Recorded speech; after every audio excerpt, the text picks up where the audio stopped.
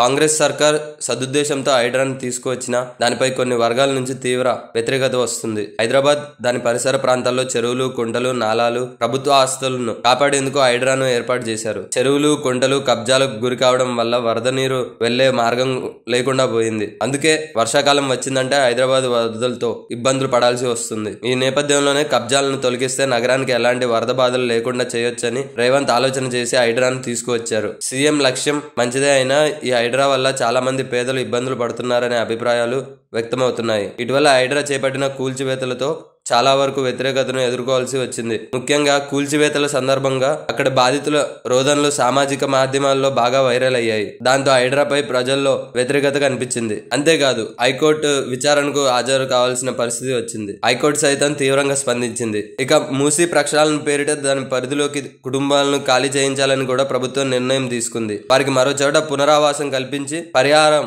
ఇస్తామని చెప్పింది. అయితే చాలా మంది నిర్వాసితులు ఒప్పుకోలేదు. కొంతమంది స్వతహాగా ఖాళీ చేసి వెళ్ళిపోతున్నా ఇంకా చాలా మంది బాధితులు ఖాళీ చేయడానికి నిరాకరిస్తున్నారు. వారు ఇప్పటికే చాలా వరకు నిరసన కార్యక్రమాలు చేపట్టారు. పార్టీల మద్దతు సైతం కోరుతున్నారు. తెలంగాణ భవన్ లో మాజీ మంత్రి హరీష్ రావుతో పాటు మరికొందరు నేతలను కలిశారు. బీఆర్ఎస్ నేతలు మూసీ బాధితులందరికీ మద్దతుగా నిలిచారు. తెలంగాణ భవన్ లో బాధితులకు అండగా ఉండేలా ఓ సెల్ ఏర్పాటు చేశారు. బాధితులు ఎప్పుడు వచ్చినా నేతలు అందుబాటులో ఉంటారని, వారికి బాధలు చెప్పుకోవచ్చని సూచించారు. ఇటు బీజేపీ నేతలు కూడా ఈ అంశమై ఘాటుగా స్పందించారు. హైడ్రా అనే కొరివితో కాంగ్రెస్ పార్టీ తల గోక్కుంటుందని, రాష్ట్రంలో ఆ పార్టీ పని అయిపోయిందని అంటున్నారు. పేదల జోలికి వస్తే ఊరుకునేది లేదని హెచ్చరించారు. ఇప్పుడు ఇటు ప్రభుత్వంలోని పెద్దలు అటు కాంగ్రెస్ పార్టీ నేతలు కూడా ఆలోచనలో పడినట్లు తెలుస్తుంది. కాంగ్రెస్ లో చేరిన ఎమ్మెల్యే దానం నాగేందర్ సైతం దీన్ని బహిరంగంగానే వ్యతిరేకించారు.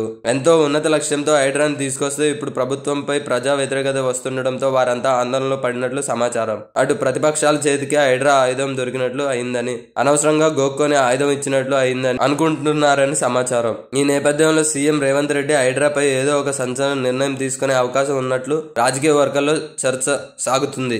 సబ్స్క్రైబ్ చేయండి. Please do subscribe to. Please like, share and subscribe to top Telugu TV. Top Telugu TV. Top Telugu TV.